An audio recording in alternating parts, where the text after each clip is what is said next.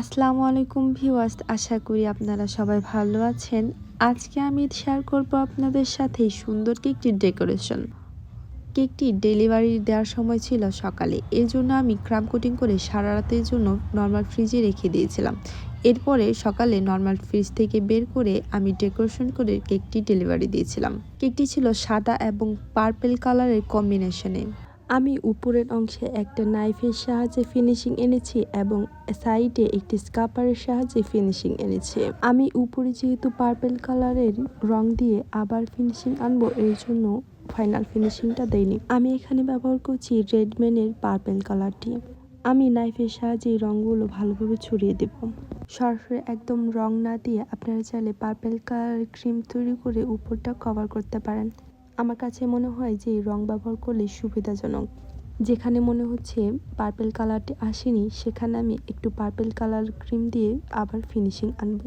কেকটি ছিল ভ্যানিলা ফ্লেভারের কেক, আর কেকটি ছিল 1 পাউন্ডের। আমি কেক পাউন্ড হিসেবে বিক্রি করে, অনেক আপুরাই গ্রাম হিসেবে বিক্রি করে, তবে আমি গ্রাম হিসেবে বিক্রি করা এখনও শুরু করিনি। আমি এই ফুলগুলো তৈরি করছি 1M নজেল দিয়ে। আর ফুলগুলো আমি কিভাবে তৈরি করছি আপনারা দেখে বুঝতে পারছেন। একটু ঘুরিয়ে নিলেই ফুলগুলো হয়ে যায়। আপনারা একবার চেষ্টা করলেই পেয়ে যাবেন ইনশাল্লাহ। কেকের ডিজাইনটা ছিল একদম সিম্পল, নতুন আপুরা সহজে এই ডিজাইনটি করে ফেলতে পারবেন। আমার চ্যানেলে এমন অনেক ধরনের সিম্পল কেকের ডিজাইন রয়েছে, আপনারা চাইলে আমার কেকের ডিজাইনগুলো দেখে আসতে পারেন। আমি সবসময় চেষ্টা করি আপনাদের সহজভাবে দেখাতে, যাতে আপনারা এই ডিজাইনগুলো সহজেই করে ফেলতে পারেন। আমি একটা ছোট স্টার নজেল দিয়ে সাইডে বর্ডারগুলো দিয়ে নিচ্ছি। কেকের বর্ডারটাও আমি দিয়েছিলাম পার্পল কালারের। কেকের বর্ডারেও আমি একদম সিম্পল ডিজাইন করেছি। ছোট স্টার নজেল দিয়ে সহজেই এই ডিজাইনটি করে ফেলা যায়। সেম নজেল দিয়েই আমি উপরে কিছু পার্পল কালারের ফুল তৈরি করে নিব। আর ফুলগুলো আমি এক চাপে তৈরি করছি।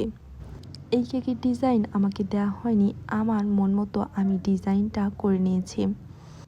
পার্পল কালারের ফুলগুলো দেওয়াতে কেকটা আরেকটু ফুটে উঠেছিল। অফিস কিনে আমি নামটা লিখে নিয়েছি। উপরে আমি দিয়ে দিচ্ছি হোয়াইট সুগার বল। কেকের বডিতেও আমি কিছু সুগার বল দিয়েছি এবং ফুলের উপরেও কিছু সুগার বল দিয়ে দিয়েছি। এই সুগার বলগুলো হলো ইডিবেল, মানে হচ্ছে এই সুগার বলগুলো খাওয়া যাবে। নন ইডিবেল বাটারফ্লাই বা সুগার বল কিছুই খাওয়া যায় না।